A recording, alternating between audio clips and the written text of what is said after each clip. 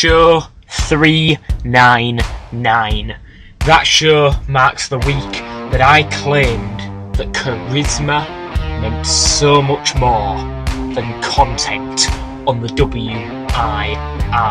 The day that myself and the Living Legends rivalry was taken to new heights with a go-home show before the big 400. Show 399 has also been described by many on this show as the show that Haitch began his proverbial downfall.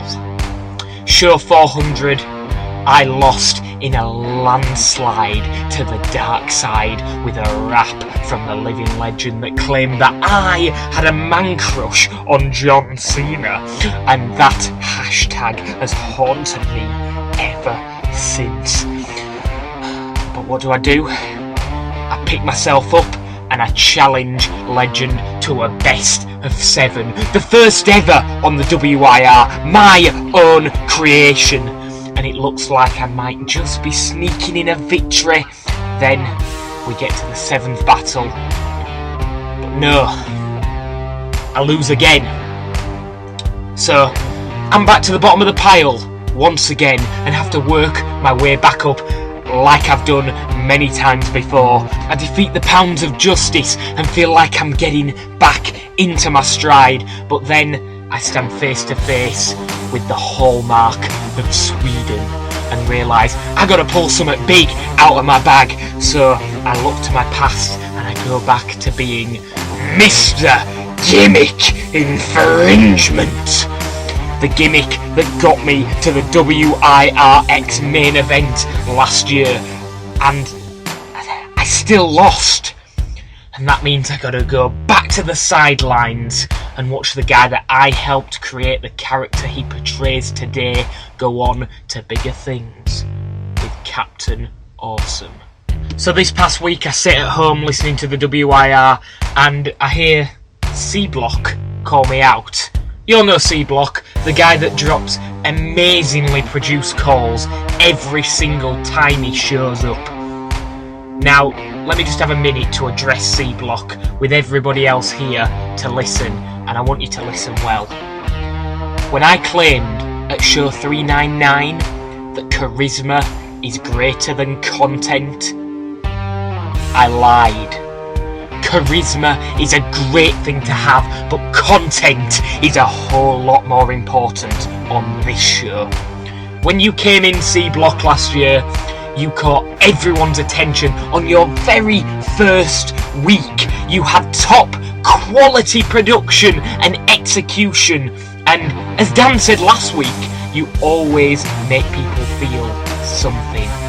But the thing is, you're not the first.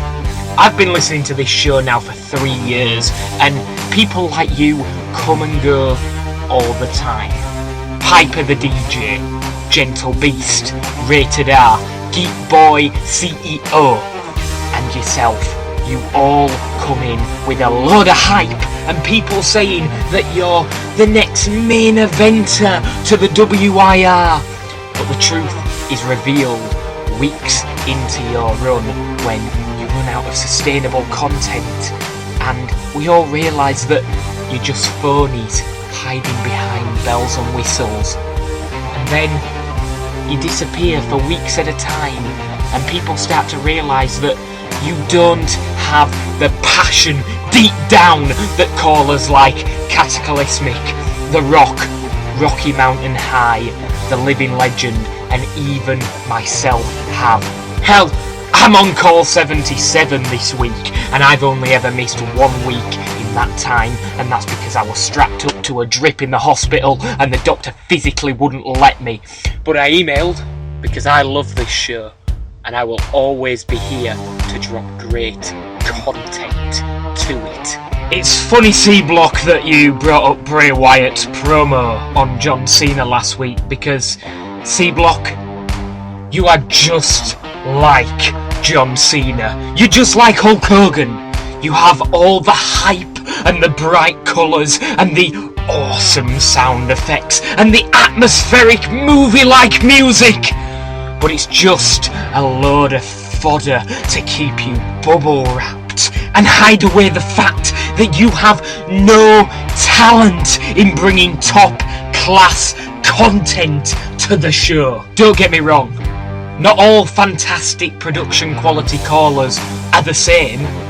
Guys like Bully Dave and Heavy Set are in a group that get my respect because they always bring great content and they're here no matter what every single week with their great production on the side.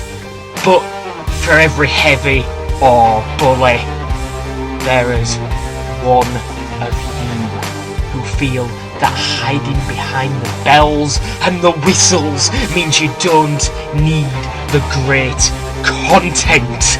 Even the great Captain Awesome this week felt that he could hide behind his little sound effects and brought a very subpar call to the table.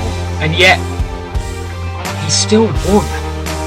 And this is where things get a little fuzzy, because people here in the WIR, all of you listening to me right now, seem to be very, very hypocritical.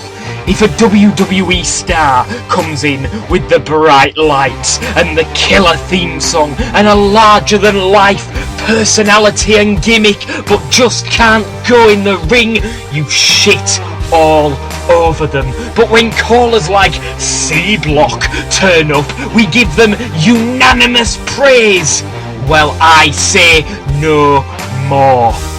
It's people like you I don't have respect for, CBlock. The guys who go on hiatus and come back with your bells and whistles to a community full of admiration, filling your head with a bunch of ideas that you are better than you really are, and are better than this show, and can swan in and out whenever you like. Whilst guys like myself, yeah, I've only got a little shitty netbook built-in microphone and an Audacity guide on the side, but still sit down every single week to drop the best content they possibly can for the WIR.